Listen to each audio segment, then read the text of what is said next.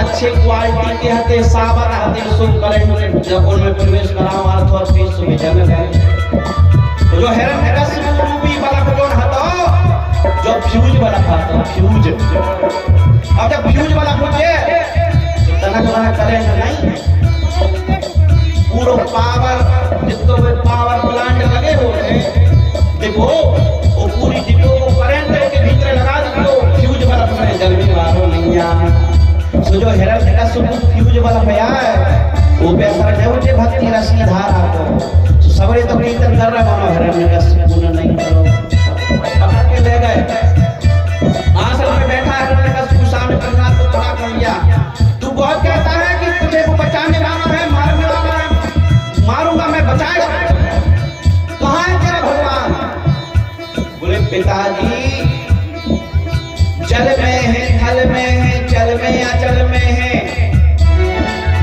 और व्याप्त नवमंडल में है और प्रतिखंभन में मेरा विष्णु भगवान है पिताजी तुम कह रहे कहाँ है हम कह रहे कहाँ नहीं आता आप कहते हो कि भगवान कहाँ है पिताजी मैं पूछ रहा हूँ भगवान कहाँ नहीं है भगवान तो सब जगह है और सुनो पिताजी जिस वस्तु का नाम है उसमें मेरा राम है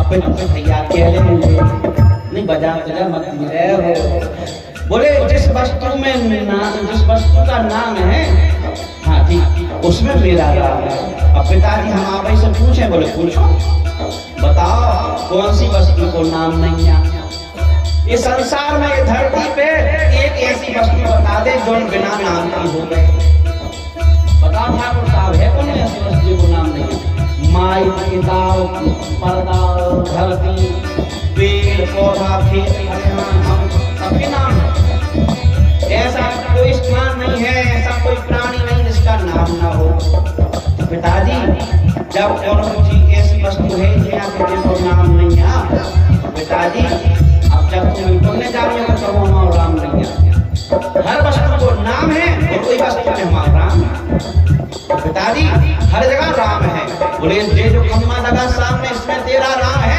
बोले पिताजी ये वो नाम है कहाँ किसका नाम है खम्बा नाम है कहाँ ये में भी हमारा राम है इस खम्भे में भी मेरा राम है तो देख मैं जो मार रहा हूँ क्या तेरा राम तुझे बचाने आएगा बोले पक्का विश्वास है पिताजी अब आके बिलंगियों को बचावे आ सकत है तो भजन करे वाले को काय न बचे जब बिलंगियों को बचा सकता है तो भगवान का भजन करने वाले को क्यों नहीं बचाएगा मुझे विश्वास है वो मेरा परमात्मा मुझे भी बचाएगा वो जब चाहेगा तब मैं बनूंगा वो जब तक नहीं चाहेगा आप नहीं आप जैसे हजार जगह मारने को खड़े हो जाए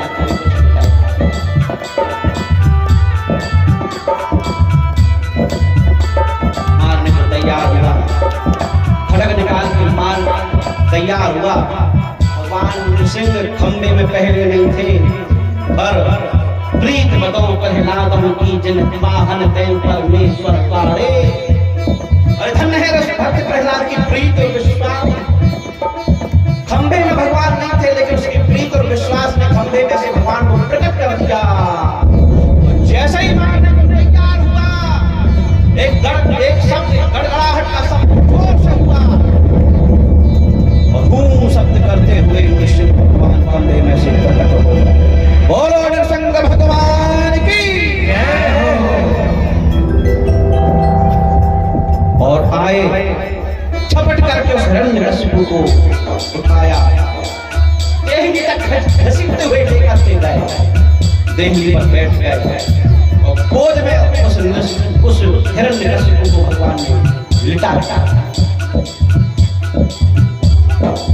मारने को तैयार हो गए हिरण्यकशिपु तूने मेरे भक्त को बहुत बहुत दिए मैं तुझे मारने आया हूँ हिरण्यकशिपु ने कहा तुम मुझे नहीं मार पाओगे क्योंकि मेरे ब्रह्मा के कुछ वरदान हैं भगवान ने कहा जितने वरदान है याद करते बोले भीतर मरूना बाहर मरू देह पर है बोले दिन में मरूना रात में बोले संध्या काल है बोले 12 महीनों में ना मरू बोले परसोत्तम महीना 13वां महीना है बोले नर से और जानवर से ना मरू बोलो ना मैं नर हूँ ना जानवर हूँ मैं तो नरसिंह हूँ आधा धड़ है कोई आधा दड़ है, कोई मैं तो वो हूँ, सारे वरदान हुए। और बोले अस्त्र शस्त्र की भी तो बात है, तुझे नाखूनों से फाड़ दिया, भगवान ने उसके नाखूनों से उसको फाड़ दिया, वध किया, रात को छुट्टी किया। बोल वृंदावन बिहारी लाल की जय। ऐसी कथा चल रही थी, दशम स्कंद में प्रवेश किया और भगवान कृष्ण के जन्म की कथा। देवव्रत तथा ताद्यति तथैष्टिमिंगलैः दुरत्यं कौपसेन सागरं कृत्वा तरंगत्सतम स्म यत्किल्वाः। श्री सुखदेव जी ने सारी कथा सुनाई, राम सरकार के अवतार की कथा सुनाई, वाराह, कच्छप, पूर्व, धनवंतरी, मोहिनी रूप, ये सारी कथाएं सुनाते सुनाते कृष्ण जी की भी संक्षिप्त में कथा सुनाई। परीक्षित जी ने कहा, भगवान जिन भगवान ने पग पग पर हमारे पितामहों की सबकी रक्षा की है, उनकी कथा विस्तार से करिए। और उन्होंने कहा, सम्यक व्यवस्थिता विधिष्ठितौ राजर्षि सत्तम। राजर्षि परीक्षित 4 दिन लगातार हो गए, तुम रात दिन कथा सुन रहे हो, चलो कुछ थोड़ा पानी पी लो, फिर हम कथा सुनाए कृष्ण के जन्म की। तो परीक्षित ने कहा, देखो गुरुजी, और तो सबको मनो पानी की बिल्कुल नहीं करो, पानी हमने पी है, पानी में क्या गड़ा रही है, सब पियत कथा में पानी को नहीं पिया, तुम पी ट्रे ले लेके सब पिया, सब पानी, हम तो खुद 2-3 बार पिए, तब पानी पी कथा में, तुम क्यों नहीं पियो? गुरुजी, ये पानी ने हमारी बहुत बड़ी गत करवा दी, तुम्हारी काम तो हो गई।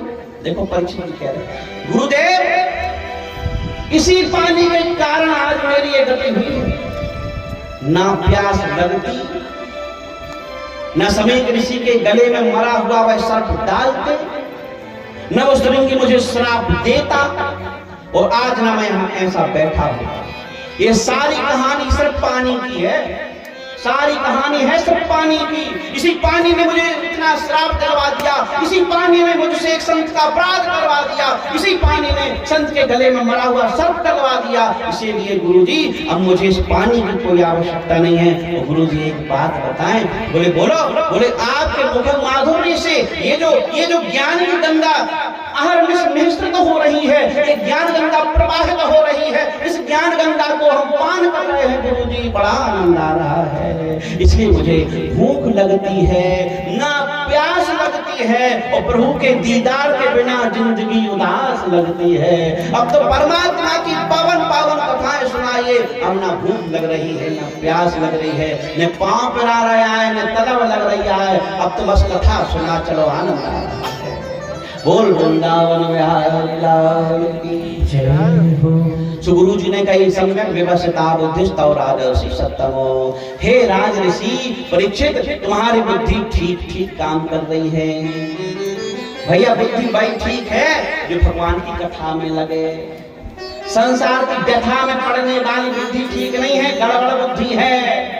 गुरुजी ने कहा, सम्यक व्यवस्थिता बुद्धिस्तव राजर्षि सत्तमो। हे राजर्षि परीक्षित, तुम्हारी बुद्धि बहुत अच्छी है। क्यों? बोले तुम्हारी भगवान की कथा में प्रीति है, निष्ठा है, भगवान के चरणों में तुम्हारा प्रेम है। जिस व्यक्ति की बुद्धि कथा में लगे, जिस व्यक्ति की बुद्धि भगवान के भजन में लगे, जिस व्यक्ति की बुद्धि भगवान के चरणों में लग जावे, परमात्मा को समर्पित हो जावे, जो बुद्धि वही सम्यक बुद्धि कहलाती है। माने वही बुद्धि ठीक ठाक होती है, बाकी गड़बड़ बुद्धि है।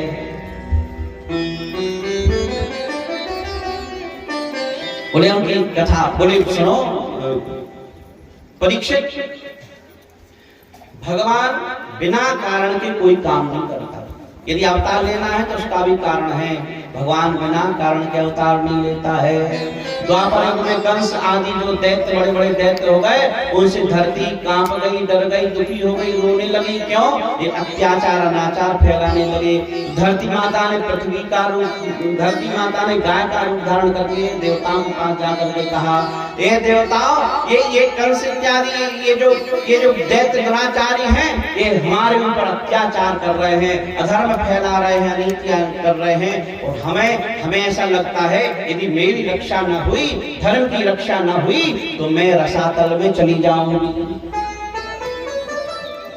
देवताओं ने कही हम भी बड़े दुखी हैं राक्षसों से, गाय हमारा सुख से स्वर्ग में रह नहीं पा रहे, उसे जाके पीरत थे। चलो पर सब ब्रह्मा जी के चलिए शिकायत में ब्रह्मा जी के पास पहुंच गए।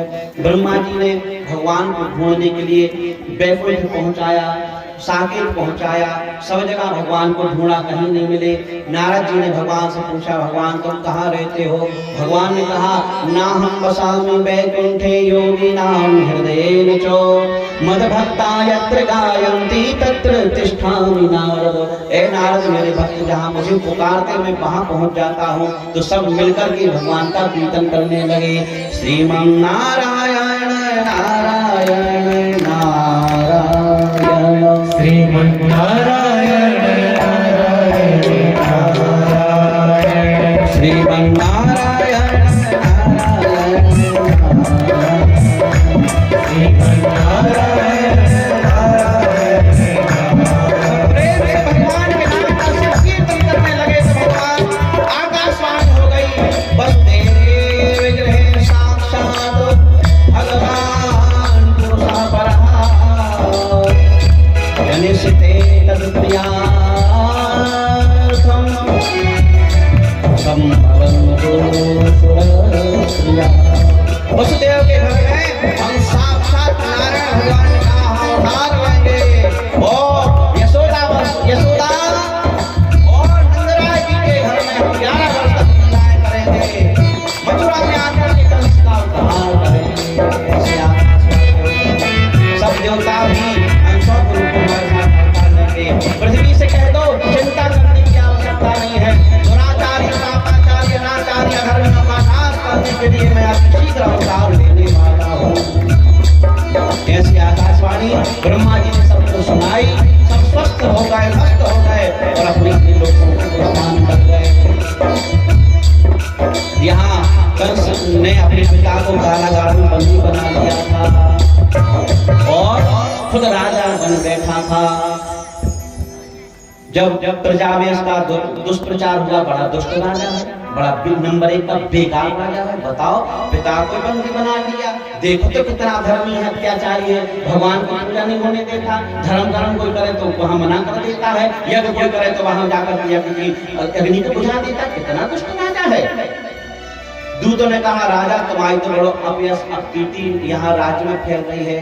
तो राजा ने कहा क्या करें? बोले कछुए से एक अलग काम शुरू कर देंगे। आदमी कहने लगे हाँ बहुत बढ़िया आदमी है वो तो क्या करें? बोले कछु तो पाए करो। तो कंस ने योजना बनाई, चलो अपनी बहन को ब्याह कर दें, कन्यादान भी ले हैं, ब्याह भी कर रहे हैं और जब बहन की विदा करें सारे समाज के आदमी देखें, प्रजा के आदमी देख सके, उनको फिर लगेगा जो तो बढ़िया आदमी, देखो कितना अच्छा आदमी, कितना अच्छा काम कर रहा है। तो जा सोच मैंने बहन को ब्याह जय सोच करो तो और कोई बात नहीं, प्रेम नहीं है तो देवती से समाज में अपनी प्रतिष्ठा बनावे के लाने जोनों की तस्वीर बिगड़ गई थी समाज में, वो की धूरा दूर करने के लाने उन्होंने जो काम करो तो जो में अच्छी हो जाए। विवाह करने के लिए वसुदेव जी के साथ विवाह किया और जब लेके जा रहा था बहनों को और अपने बहनोई के लिए छोड़ने के लिए, बहन वसुदेव जी ने बहुत कि भैया लौट जा रहे हैं नहीं, बड़ा प्रेम, झूठा प्रेम दिखावे का होता है। इतना सुनो जी को झूठ प्रेम करे उतना ज्यादा दिखावा सुधर ले तो इतना देख ही कितना प्रेम झूठ हो आए हृदय में होता है, प्रेम दिखावे में नहीं होता भैया। जो सच्चा प्रेम करता है उसका हृदय में होता है, वो जो दिखावा करता है छलावा करता है वो अरे इतना कर वो तो अलग ही होता है, पर ज्यादा बातें करने की जरूरत सब जाना था क्या होती है। आजकल जोई हो हम तुम बिना मर